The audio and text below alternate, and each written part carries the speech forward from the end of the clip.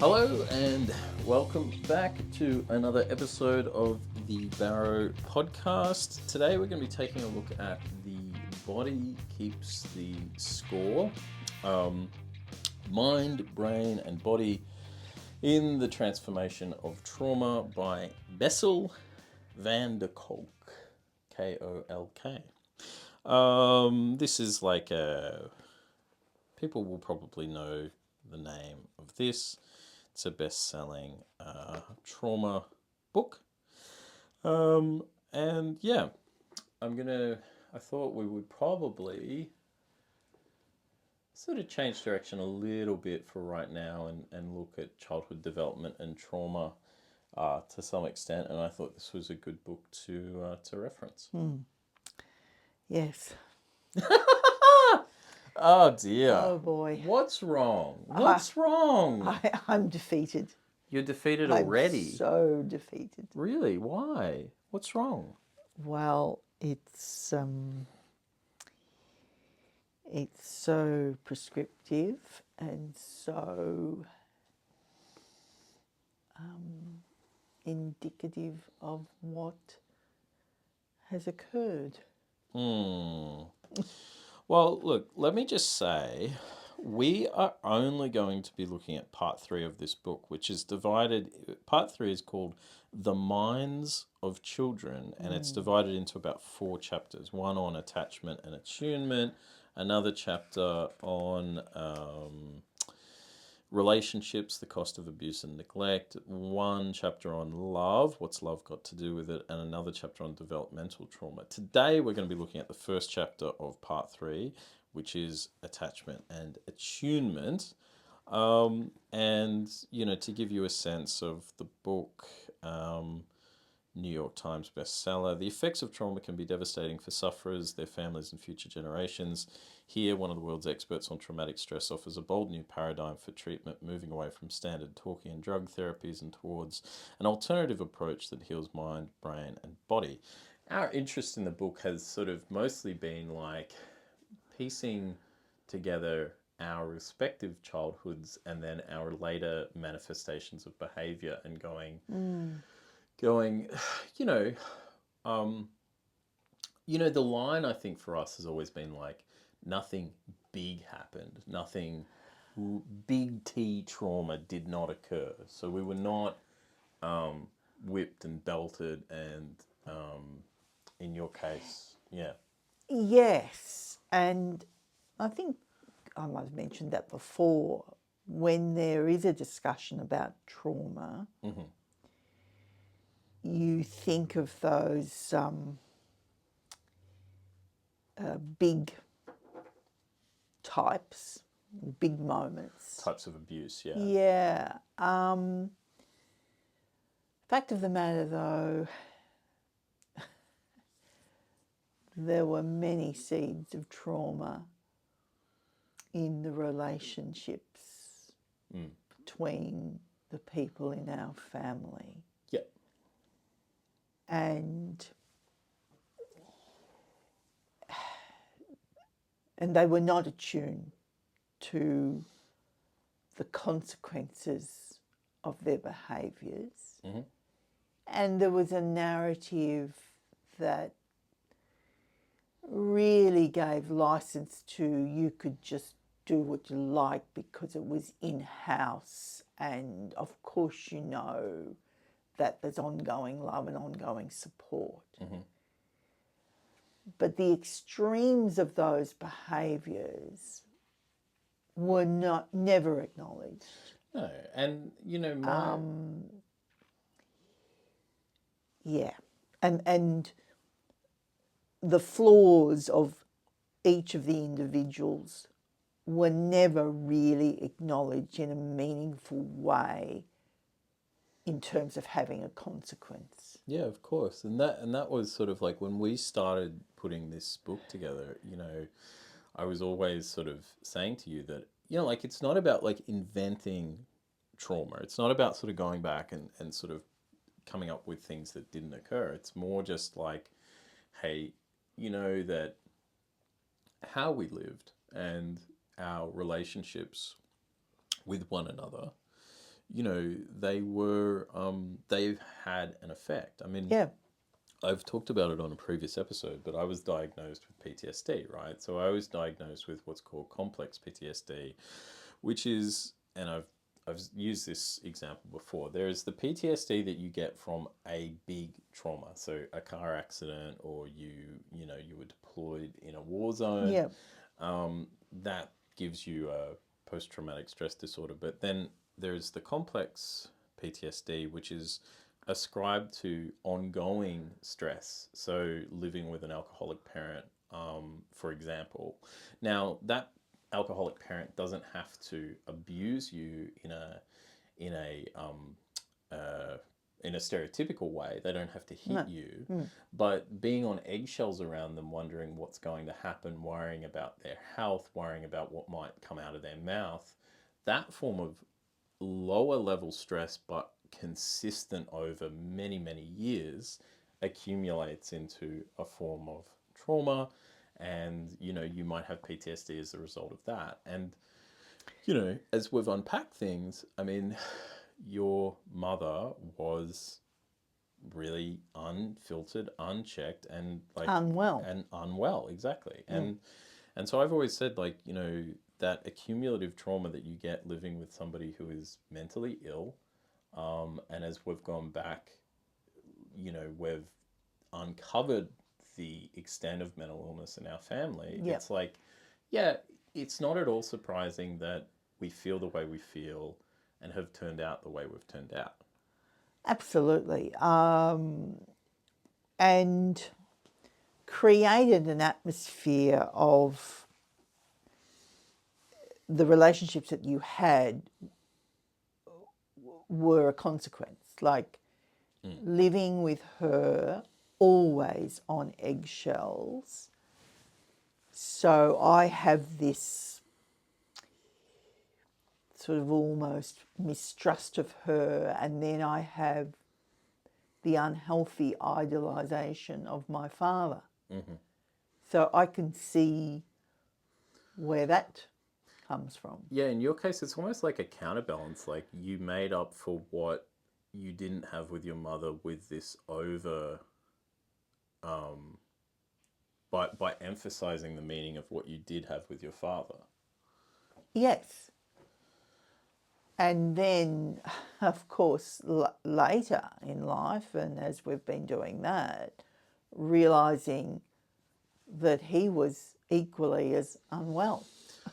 Well, yeah, he had many of his own problems, and certainly, for you, I think, it's you've run away from one parent, but you've run too far and too hard into the other. So yeah. Perhaps, your relationship with your father was just pretty ordinary, but your relationship with your mother was not so ordinary, in fact, quite traumatic. And it sort of gave you a skewed sense. And really what this first chapter that we're looking at today, which again is in the book, it's the first chapter of part 3, which I think is chapter 7. It's titled Getting on the Same Wavelength, Attachment and Attunement. The first part of this chapter basically deals with how trauma equals, or trauma's relationship to perception. So once you experience trauma, your perception of the world is changed, and changed in a permanent way. So and really upsets the normal growth towards trusting the world. Yeah. So it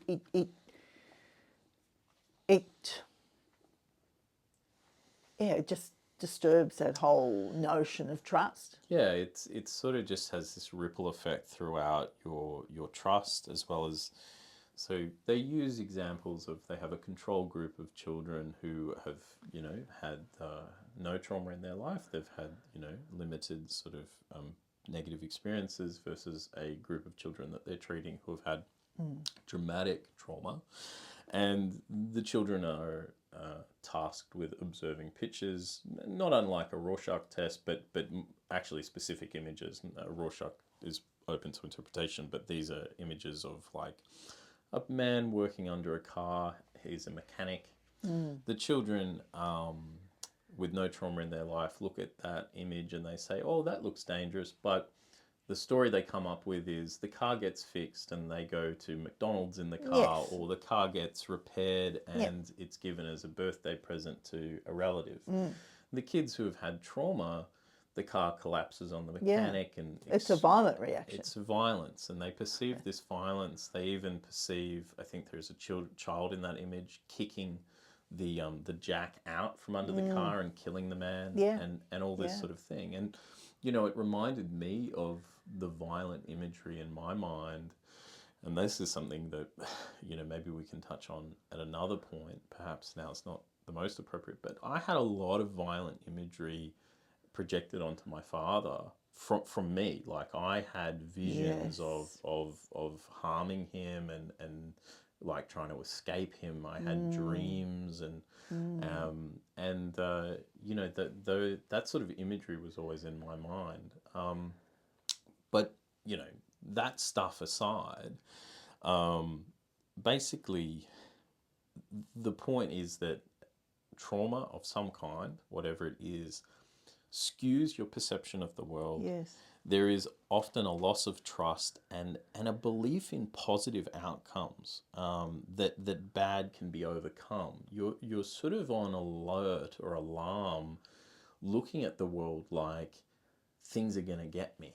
And that kind of paranoia and that lack of faith in the world is equivalent to a lack of safety. You don't feel at ease. You don't feel safe. Now, you and I have talked a lot about how we don't feel safe. We don't feel at ease. We don't have much faith in the world. We don't have trust in others. And we don't believe in positive outcomes, which heightens the anxiety that we have. Yes, where it's like it's a when vicious we're circle. met with a challenge and we go, oh God, this is gonna be the thing that undoes us. Here it is. This Here is going it to be the comes. thing to ruin us. Yeah. And so, you know, because you have always felt that way, and you know, I watched you exhibit that. I always worked backwards. I went, okay, Mum doesn't have those capital T traumas to point to. She wasn't physically abused by her parents, but this is someone who has no faith in the world, doesn't trust anything, and can't see a positive outcome in anything. And I'm going, well, she is traumatized. Yep. So if that's how she views the world, then she was traumatized, and I worked backwards from there. Yeah. You know. Yeah. And it goes back to foundational relationships. Yeah, and mothering.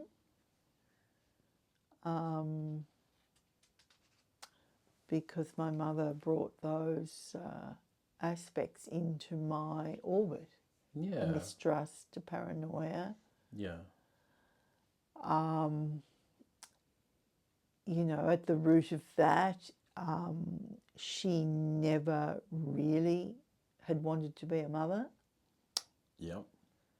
So that was real. Yep. I'm not saying, I mean, she nurtured me, certainly, but does that play into how she did that? Well, yeah. Yeah, when we were just reading that before, we were reading about the mother's behaviour with a baby. So if you talk in a loud voice and the baby might recoil from that, the mother quickly, you know, comforts the child and or modifies the behaviour. Modifies the behaviour. We were questioning the fact that my mother may never have modified her behaviour because well, we know she didn't. We know she didn't. So in those instances, did it begin there? Well, it's sort of like, you know, when you think about her and what she exhibited and this sort of thing, she was incapable of modifying her behaviour. So, and you wonder, like, again, this has to do with the extent to which the parent is attuned to Yes. the child. So like, if the parent is behaving in a way that's causing the child distress, so something as simple as a mother cooing at her baby, but the baby's had enough of that, Yes. and so it starts sort of wriggling, Yes. or it gets a Yes. bit sort of crying or Yep. something. Yep. The mother, would typically modify the behaviour, so she'd reduce her voice, Yes. she'd put the baby down, Yep. Leave it leave it alone. alone. Whereas you know for a fact that your mother cannot stop agitating the child. So, we have Because this. she's seeking the reaction that she wants. And yes, that so- was evident with you Yeah. as a toddler. Yeah. So of course it's evident with me. Yeah. So your mother was constantly inserting herself, and we would treat it as children like dolls. And so she would sort of really do whatever she wanted to you and sort of play with you as her possession. But if you exhibited behaviour, and you often did, of please leave me alone, you're exhausted, you've had enough, she's not modifying her behaviour, she's not comforting you, she's continuing to distress you. And in fact, at the point at which you're most distressed and you push her away, then she's hurt by you, and there's no cycle of repair with you. So she will, like, I can think of times where I was like, okay, I've had enough. You need to back off now. Yeah. She never knew how to do that. But she would then turn that into how she has been hurt, and then you would have to comfort her. So yeah, and when we were just reading that or listening to that, that really crystallized for me. Yeah. I saw that in her treatment of you. Yeah. So of course that Well, I've been treated the same way. yeah, of course. It really, Yeah. I think, maybe for the first time, really made sense. And I had the same with my father, who, would cause distress in me. Here's another caregiver who causes distress in the child. But at the point at which the child exhibits distress, the caregiver takes that as His own distress. as an action taken against them. Yep. And the distressed child is then positioned to comfort the person that's harmed them. And so you take on, your distress is undermined in this cycle. All the time. Yeah, so you are never comforted. You are then forced to comfort. Yes. And that bizarre cycle, it's kind of a narcissistic cycle because of the way they behave. I mean, this trickles into, and what I suppose have learnt, or one of the observations made in The Body Keeps the Score, is like this relates to what's called attachment theory, right? And, like, I don't want to do a whole breakdown of that. I'd love to talk to an expert, actually. But, it basically breaks between secure attachment and insecure attachment. I mean, there are other forms of attachment. I'll get into it. But, like, I said to you, I was like, there's just no way you had a secure attachment with your parents. There's just no way. No, and then the same with you and I, because of that lack of attunement, that cycle of trust is interrupted. So therefore, you're always on eggshells, and then that leads to you being the comforter, and that happened with us. You were thrust into the role of, well, Mummy's upset again, Mummy's throwing a tantrum again about something in connection with your father. Yep. I better comfort her. Yeah. So you're being, not literally, but in a real sense, you're being asked to do something that that you should never be in the position to do. I mean, and you felt that yeah. Viscerally, didn't you? Absolutely. I mean, like, I became to you, and this is also a single parent thing as well, Yes. is that I became to you a surrogate psychologist. I became a surrogate boyfriend. Yep. I became a surrogate sibling. Yep. I became all these things. But what I was never fully to you is your son. I was never your child. I mean, I was at times, Yes. but it was selective. Yes. And taking on those roles, I mean, again, with attachment theory, the category I believe I fall into is disorganized. Yes. So is this person going to be the source of comfort to me or stress? I don't know. What's my position in relation to them? I don't really know. What's going to come out of their mouth next? I don't know. Mm-hmm. Am I about to have a positive interaction or a negative one? I don't know. I never... One of the first things that when I went into therapy, the first psychologist I ever saw asked me the simplest question, and it just threw me through a loop, which was this. She asked about consistency, emotional consistency. And she said, you know, were your caregivers, I can't remember whether she was just talking about you or family environment. She's like, was it a consistent environment? And I went, what do you mean? And she's like, well, you know, emotionally, was it consistent? And I just said, I don't know what you mean. Like, literally, I had never heard this in my life. And I couldn't even grasp the nature of consistent. And she was like, well, when you walk through the door, do you know what to expect?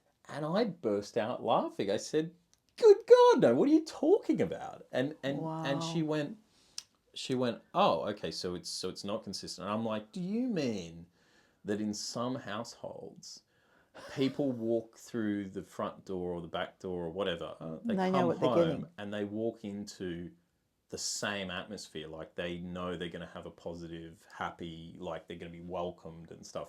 And she said, yes. And I said, get out of here. I was like, that's impossible. And we're talking about a roller coaster ride right through life. So I remember being absolutely shocked by that and floored by that. And I said, no, I when I walk through my door, I don't know whether I'm going to get sullen and disconnected, somebody throwing a tantrum, somebody crying, somebody bouncing off the walls with elation and happiness. I don't know whether I'm going to get a paranoid conspiracy theory about somebody that they saw on the street that day. I don't know. I have no idea what's getting thrown at me. And she was like, okay, well, that's enormous. Like, that's very difficult. And I was like, difficult? It's like life. What are you talking about? Don't you walk through your front door and somebody throws a spanner at you and you duck and, like, that's normal, right? Like, yeah. But apparently there is such a thing as consistent mood. Yeah, and that goes to being attuned, because when we first started to talk about this sort of thing, you and I, like, you remember everything and I have selective memory. Yeah, I think what was really disturbing was, like, the fact that I could be, like, talking about the time you know, upended the dining table and blah, blah, blah, and you would just be completely blank on this. And I'm going, but... I can remember big events, but you're talking about...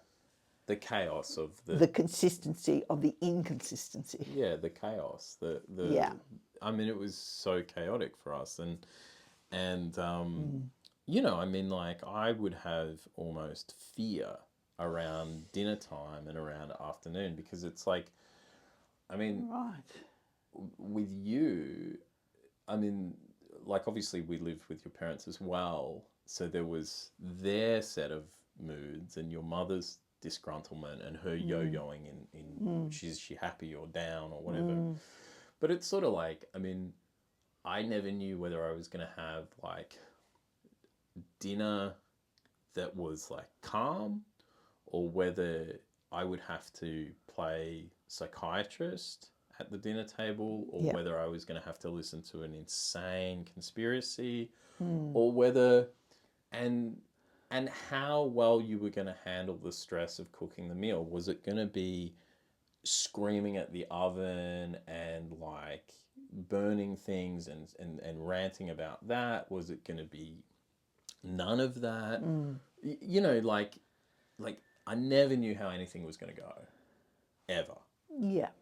And so you're just kind of like white knuckling it through. Yeah. Gee, I hope this works out. I hope dinner works out tonight. Yeah, that's unreal. But the interesting thing about why we've introduced that reference Yeah. is that this inconsistency starts really at the beginning. Absolutely. And I've been I've been forced to really to go back and think about that. So the inconsistency is already there in what I'd received from my own mother. 100%, yeah. And the beginnings of that is with me and you. I mean, I always was like, none of this stuff started because you got divorced. This went back for generations. No, that's what I was trying to say, really sort of, but you know, you brought something up before, which was like, when I was talking about attachment, or like when we were reading about it, I was kind of like, you know, I was just kind of reflecting on the nature of your relationship with your mother, and I'm like, that attachment, that formative attachment, can't have been great, because like I said to you, I was like, we are both not securely attached, because neither of us have a particularly good nose for, one of the phrases was, a good nose for phony situations and dangerous people. yes. You got into a sham marriage, and you're with the biggest phony and the most dangerous individual. That's what I'm saying. And like you had no radar for that. No. And later in life, I've gotten into similar things. Like I've gotten into situations where I'm like, how could you be so stupid as to get involved with that person? You know, like, don't you perceive the threat that this person is? And it's like, no, because you actually don't have a filter for it. No. Whereas like securely attached people do. They're like, oh, that person's odd. That person gives off a signal that I should go around them. Yes. Whereas like you and I don't. We actually often form greater attachments to people we should not. Yes. And no attachments to lots of more ordinary, stable people. Yeah. And that, to me, is like proof of issues that must have been there in developmental stages. Yeah, of course. I asked you about breastfeeding. You think you were not breastfed? I don't believe so. You also told me something like that kind of really was horrific, that it actually is worth mentioning now. I wonder how typical not being breastfed is for like people your age. Look, I'm thinking it's pretty typical. Really? It became, when I had you, it was like sort of mandatory, because it was part of bonding and it was expected that that you would do it. Mm-hmm. And I mean, you questioning me on that, because I'm just curious. You're sort of thinking, back in the day, wouldn't it have been the normal thing to do? Yeah, no, it is interesting. I don't believe I was. And yet... That says so much, surely. Surely that's... Yeah, and look, even though we're pointing back to problems, like... Sure. and I've openly talked about my real lack of desire to have a child. And you've got to sort of look at that in line with all these theories too. Of course. My mother hadn't wanted to, but then overcompensated. The same thing happened to me. Once I was pregnant, I had the most dream pregnancy, that's been talked about. And then the bonding of you and I, it was the most magical time. I mean... Yeah. Sure. So there is an enormous bond and attachment. But I've said before, like our bond is proven by what we're doing now, right? Like if we didn't have a decent relationship, we wouldn't be doing this. So that's all that's all fine. Yeah. But what I'm saying is like...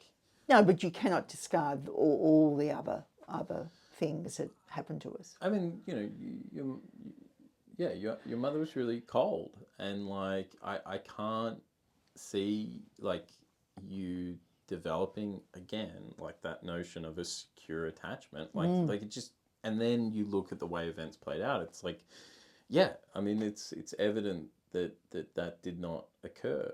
The other thing with your mother that can't be overlooked, which is what I was going to say, is like her regard for, well, her own sex. I mean, like, you told me something really horrific about what she used to call female children, babies. Oh, please don't say that. Oh, really? You don't want me to say that?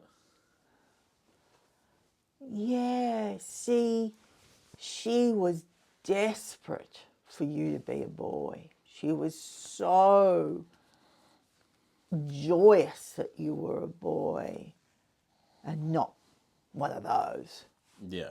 She had a really crude term that maybe I'll leave it alone for now. Yeah. I'll say it at some point, but not now. Yeah. So, yeah, I mean, she was just, talk about unregulated emotions, which is what that chapter also goes into, this dysregulation. I was going to get there, yeah. She could be so over the top about you and then change, then flip. Yeah. So obviously that's what I grew up with. It was always eggshells around her. You couldn't help her in the kitchen, but then again, she'd be looking to perfect whatever she was doing in the kitchen. So what is said is that there's these other forms of attachment, which is like avoidant attachment, which is sort of underscored by dealing but not feeling. So like a seemingly detached exterior. Underneath it, the child might be sort of like quite anxious, but like they deal, but they don't feel. They don't exhibit feeling. And then the anxious ambivalent attachment is the opposite. It's feeling, but not dealing. So a crying, screaming, clingy. But then there's this disorganized attachment, which I think is the mode I fall into, which is like you feel as if you can't approach the caregiver, so you're unsure what to expect. So you never know where you stand and don't trust the caregivers themselves. You don't really understand them. And this, in later life, can become, and typically becomes, emotional dysregulation, which is what you pointed out. And I wanted to read a passage which... And I think that probably describes both of us, because you were not, in inverted commas, a difficult little boy. You weren't crying and screaming for attention, and neither was I. So the passage I wanted to read was this, like, children who don't feel safe in infancy have trouble regulating their moods and emotional responses as they grow older. By kindergarten, many disorganized infants are either aggressive or spaced out and disengaged, and they go on to develop a range of psychiatric problems. They also show more physiological stress as expressed in heart rate variability, stress hormone responses, and lowered immune factors. Does this kind of biological dysregulation automatically reset to normal as a child matures or is moved to a safer environment? So far as we know, it does not. Parental abuse is not the only cause of disorganized attachments. Parents who are preoccupied with their own trauma, such as domestic abuse or rape or the recent death of a parent or sibling, or divorce, I would add, Yes. may also be too emotionally unstable and inconsistent to offer much comfort and protection. While all parents need all the help they can get to help raise secure children, traumatized parents in particular need help to be attuned to their children's needs. Yeah. Later, he writes that the reactions of children to painful events are largely determined by how calm or stressed their parents are. And I want to read that again. The reactions of children to painful events are largely determined by how calm or stressed their parents are. So stressed parent equates to child not being able to handle painful event. Yeah. And this could be as clear as children in a hospital not requiring as much morphine or medication when they had a secure attachment to their parent. So literal physical pain. Children Wow. that did not have secure attachments needed more medication to cope with their distress. That's incredible to me. Yes, yes. And he finishes that little section with this. And I think that this is something that, you know, like this is really kind of key to what I've been trying to grapple with us. And you know, again, I mean, on the last episode, I read the first chapter of the book. This parallel universe where we are searching for self and trying to make sense of things. If you have no internal sense of security, it is difficult to distinguish between safety and danger. If you feel chronically numbed out, potentially dangerous situations may make you feel alive. If you conclude that you must be a terrible person because why else would your parents have treated you that way, you start expecting other people to treat you horribly. You probably deserve it, and anyway, there is nothing you can do about it. When disorganized people carry self-perceptions like these, they are set up to be traumatized by subsequent experiences. Now, my argument about you is that the standards that you have for yourself appear to me to have always been very low. So, and then you have moved through life relatively passively, which has led to other worse situations. And I've always wondered, well, what set all that in motion? You know, I mean, like this was kind of like key to us doing the book with these questions that I had for you. Yeah, and fundamentally, I think in that is if you don't feel safe or you're on eggshells, there's no sense of self developing. No. It's whatever is affecting you. Yeah, you're buffeted Yeah, around. yeah. And you also perceive more anger in the world. You perceive negativity in the world. Yep. And you have this increased likelihood of isolating. What I thought was most interesting was this, that when they carried out certain bits of research, they assumed that hostile and intrusive behavior on the part of mothers, so like parents who were hostile and intrusive, would be the most powerful predictor of mental instability in adult children. So that's what they assumed. That's what they hypothesized. So hostile and intrusive. But that wasn't true. They discovered otherwise.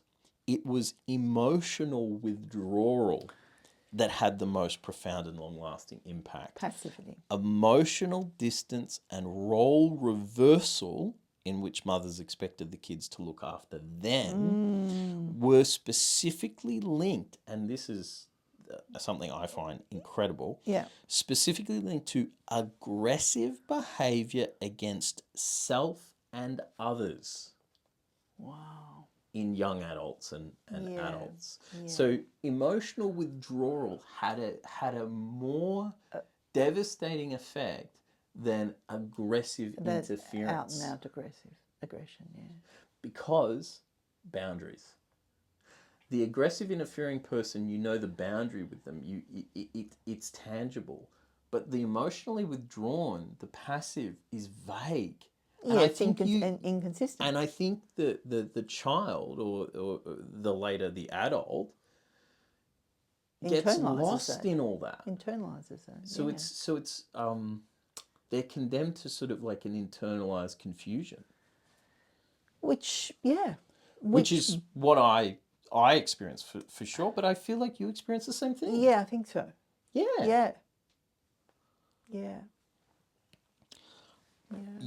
I noticed that your ears seem to really prick up at the word dissociation as well. Do you recall that, the dissociation, knowing and not knowing? Do you remember that little section? Yes. Yeah. Yeah. Yeah. Because dissociating is sort It's of... not having a self. It's not being present. Yeah. And that's what I was always sort of saying, and what I'm trying to get across in this, as we complete the manuscript, I'm trying to get to this kind of, this lack of self. Yeah. Yeah. That really goes on burbling away and having this kind of like... Enormous effect. Yeah, major impact, right? Yeah. Yeah. Because the lack of self kind of results in that inability to switch on and engage joy and intimacy in things, Well, it doesn't allow you to act. If you don't know yourself, you are all over the place, which... There was a quote, what cannot be communicated to the mother cannot be communicated to the self. So like if you couldn't, that withdrawn parent, if you couldn't communicate with the caregiver, you can't communicate with yourself. Yeah. And I've always described family members and caregivers being out of reach, which means myself is out of reach. And that's how it's always felt to me internally. It's like, I can't get to myself. Like, why can't I, for instance, like, if that makes me feel good, why can't I keep doing it? Why can't I communicate with myself? Why can't I develop? Yeah, and there's that sense, I think, of life happens out there. Yeah. It's you forever looking through the window and never really grasping. I mean, I still do it. I look at people in a cafe and wonder. This is called dissociation. It says that the researchers were particularly interested in the phenomenon of dissociation, which is manifested in feeling lost, overwhelmed, abandoned, and disconnected from the world, and in seeing oneself as unloved, empty, helpless, trapped, and weighed down. Yes. Wow. She found a striking and unexpected relationship between maternal disengagement and misattunement during the first 2 years of life and dissociative symptoms in early adulthood. The researchers concluded that infants who were not truly seen and known by their mothers were at high risk to grow into adolescents who were unable to know and to see. Yeah, and that comes back to, I've got a photo album of me as the pretty little doll in various poses. Yeah, but it's not, it's disconnected. It's, you're sort of an object. It's weird. Yeah. I know that's what you're saying. Yeah. I know that's what you're saying. Wow. So when we cannot, what cannot be communicated to the mother or the other cannot be communicated to the self, okay? If you can't tolerate what you know or feel what you feel, the only option is denial and disassociation, and I would say repression, right? Maybe the most devastating long-term effect of this shutdown is not feeling real inside, a condition we saw in the kids at the children's clinic, and that we see in children and adults who come to their the trauma center. When you don't feel real, nothing matters, which makes it impossible to protect yourself from danger. You've got no stake in the world, so you can't make decisions, or you may resort to extremes in an effort to feel something, cutting yourself with a razor blade, getting into fistfights with strangers. Basically, self-harm, that kind of self-sabotage. Yeah. Letting things fall apart. Like you're talking about dissociation and a lack of agency. Absolutely. Right? Yeah. So that connection, that ability to communicate with the caregiver, if it's not there, you can't communicate with the self, leads to I'm lost, dissociation, repression, confusion, denial, leads to self-harm, to feel, to sort of, Yeah, and I experienced no agency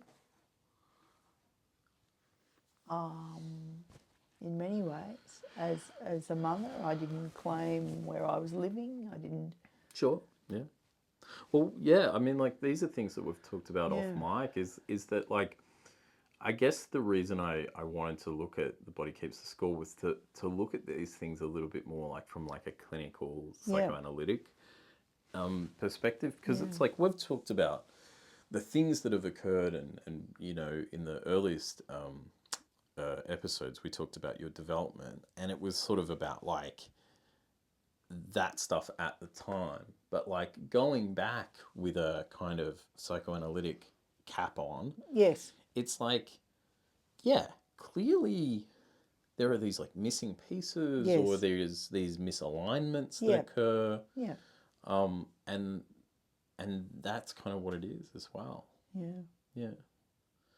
Do you find it helpful to look at this stuff, or do you find it just depressing? You don't want to deal with it? No.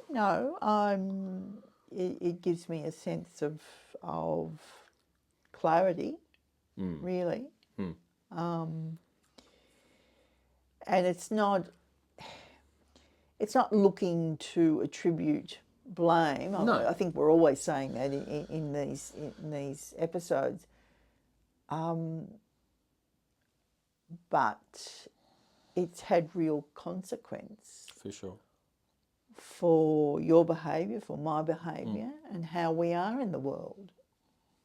Yeah. I think that understanding it can be key to unlocking it, and like if you can see that, hey, in this scenario I always turn left. Well, next time, recognize the scenario and I'm going to turn right. You know, I feel like understanding it can create a foundation for you to start countering it and to start moving away from it. That's always been my belief. Yes. But it also brings up another sort of like a larger implication about child rearing, which is it seems when you read, wow. and I don't want to get into it right now because we're at the end of the episode, but when you read all this, it's like, dude, you've pretty much got a 5-year window not to destroy somebody's life. Well, this plays, I know, and this plays into the eternal debate, and it plays into culturally what's happening. And what I'm about to say is not a judgment, but you've got people, you've got babies going into childcare. Yeah, and that's a consequence. You say that's a consequence of the society we live in. Yes. That's not blaming individuals. No. Yeah. Yeah, it raises all these things. I mean, because you read that and it's like, well, for the first 5 years of my child's life, I think I pretty much need to live in a wood cabin. Yes. And like, be attuned to myself first, and then attuned to my child. Right. Well, yes. Yeah, and it's sort of like, it's like if you look at that and you square it away with how we are living our lives and the way that the rapid everything pace of life, all everyone that sort of needs 2 jobs because they've got to have this and you've got to have that. Yeah, and it's sort of, it's like, dude, like everything about what we're doing is like counter to setting people up right to live well. You know, which you wonder what the ramifications are long term society-wide. Yeah, because well, just look at a child. How many caregivers is it in contact with? Yeah, Yeah, it's just on it's that interesting. basic point. On that, you said something to me off mic like the other day, which was like about, and this is the last thing I'll say, but you said something about